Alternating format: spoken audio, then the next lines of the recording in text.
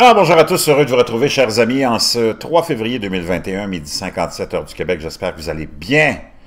The Atlantic nous rapporte que on se retrouve avec la question maintenant suivante, quand on voit l'évolution de l'aérospatiale, de ce qui se passe avec SpaceX, Elon Musk, qui pourront ou qui peut être astronaute aujourd'hui? Une fois, les astronautes américains étaient des hommes blancs avec des coupures de buzz. Maintenant, ce sont des milliardaires et quelques chanceux normaux. La nouvelle version américaine des astronautes. Ça a été publié aujourd'hui. La mission s'était bien déroulée du début à la fin. Merci d'avoir piloté. SpaceX, a déclaré un ingénieur, alors que le vaisseau spatial retournait sur Terre, provoquant des rires dans la salle de contrôle de la mission. Les passagers de SpaceX, Doug Hurley et Bob Behnken, étaient des astronautes expérimentés, formés et employés par la NASA, mais ils étaient les premières personnes que la société privée avait lancées en orbite. La ligne était lourde de relief. Nous l'avons fait, nous avons ramené ces astronautes à la maison et l'espoir, le sentiment d'un objectif lointain qui se dessine. Cela pourrait être le premier de nombreux vols, non seulement pour les astronautes, mais aussi pour les gens ordinaires. Moins d'un an plus tard, SpaceX prévoit déjà se lancer dans cette prochaine ère de vols spatiaux. D'ailleurs, j'aimerais vous apprendre que Jeff Bezos, le fondateur d'Amazon, l'homme le plus riche au monde, vient d'annoncer qu'il se retirait de son poste de président d'Amazon pour se consacrer sûrement à son aussi deuxième passe-temps favori, l'exploration spatiale, car lui aussi a un programme d'exploration spatiale. Il voudrait sûrement essayer d'aller rattraper Elon Musk et SpaceX. Elon Musk a annoncé hier que la société enverrait 4 non-astronautes en orbite autour de la Terre pendant quelques jours, peut-être dès la fin de cette année. La mission, le premier voyage entièrement civil du genre, sera dirigée par Jared Isaacman, fondateur et PDG de Shift4 Payments, une société de traitement des paiements. Isaac a affrété une fusée SpaceX et une capsule Crew Dragon pour lui-même et 3 autres passagers et servira de commandement de mission.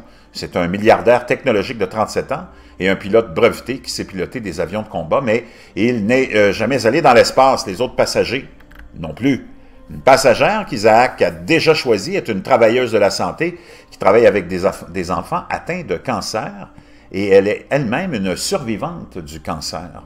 Un autre sera sélectionné au hasard ce mois-ci lors d'une tombola destinée à collecter des millions de dollars pour l'hôpital de recherche pour enfants St. Jude. Le dernier passager sera choisi lors d'un concours en ligne organisé par la société Isaacman. Quand ils monteront sur le vaisseau de SpaceX, ils deviendront un équipage pas comme les autres dans l'histoire. La question de savoir qui peut être astronaute n'a jamais été aussi ouverte.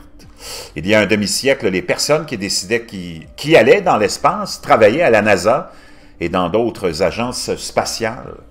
Maintenant, ce sont des gens assez riches pour voir la beauté de la Terre contre l'obscurité de l'espace par eux-mêmes et assez riches pour décider qui devrait les accompagner.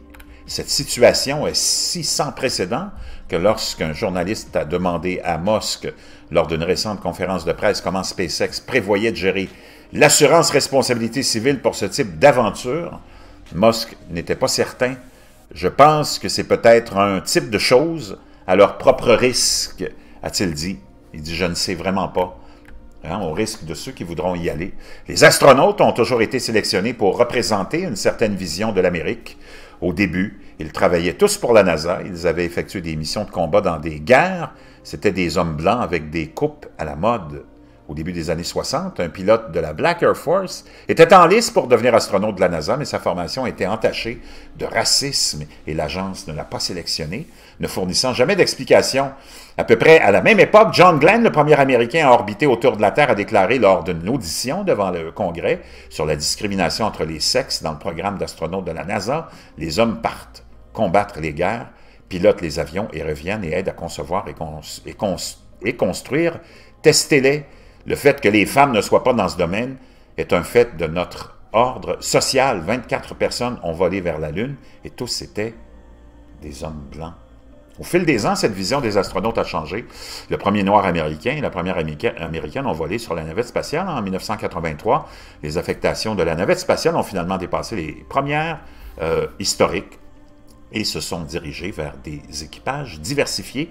La NASA a cessé de se référer aux voyages spatiaux comme habités, favorisant les équipages aux humains plus inclusifs.